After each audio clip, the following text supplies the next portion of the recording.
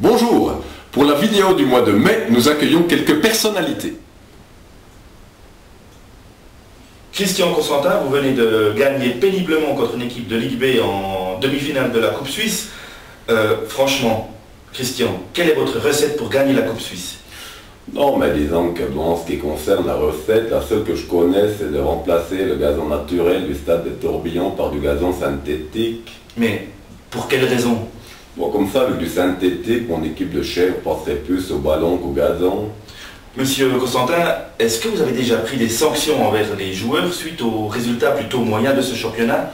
Bon, disons que bon, en ce qui concerne les sanctions, c'est surtout envers le FC Sion tout entier, parce que j'ai décidé de rebaptiser le stade de Tourbillon au stade Victor Hugo. Stade Victor Hugo? Mais pourquoi ce nom? Car ce sont les misérables qui jouent dedans. Jean-Marc Richard, il paraît que vous allez lancer un nouveau jeu, c'est bien ça?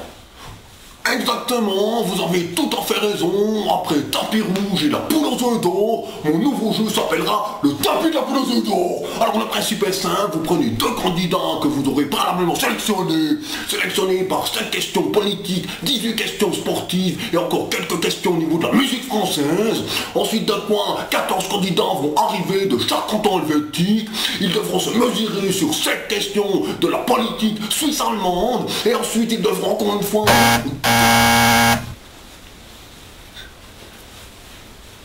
Bienvenue au Roi de France. Bonjour, merci. Monsieur Sarkozy, lors du Conseil de l'Europe, vous étiez favorable à une intervention aérienne contre les forces libyennes du président Kadhafi. Alors, Monsieur Sarkozy, les frappes se sont bien déroulées?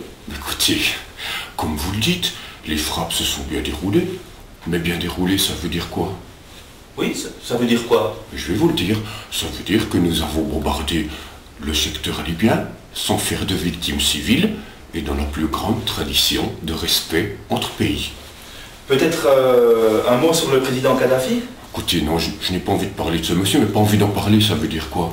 Oui, ça veut dire quoi? Je vais vous le dire, ça veut dire qu'aujourd'hui, je ne dirai rien sur monsieur Kadhafi. Non, allez, monsieur Sarkozy, allez-y, s'il vous plaît. Écoutez, n'insistez pas, je ne dirai rien sur lui. Si.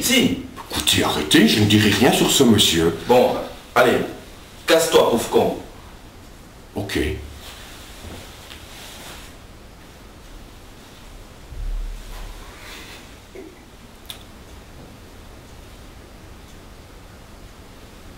Bonjour, monsieur Chirac.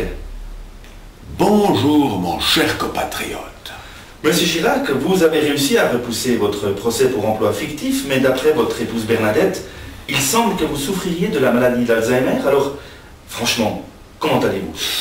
Écoutez, cher compatriote, je vous rassure tout de suite, je vais très bien.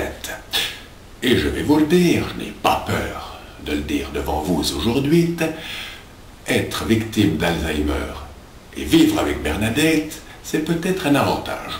Mais je vais vous dire autre chose, mon cher ami, cher compatriote. Parfois, en vivant avec Bernadette, je préférais encore être aveugle.